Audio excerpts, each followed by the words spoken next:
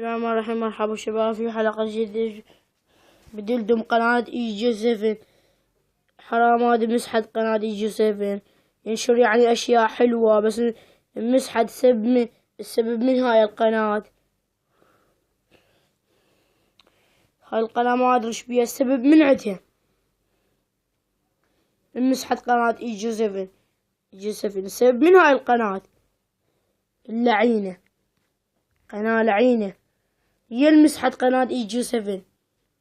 باعوا هي اللي مسحت قناة اي 7، قناة ملعونة. اي 7 خوش واحد ينشر يعني اشياء حلوة، الا يمسحون يعني قناة حلوة، يعني قناة ما ادري شنو، وسوى قناة جديدة بس ما ادري شلون قهر بسبب هذا اللعين.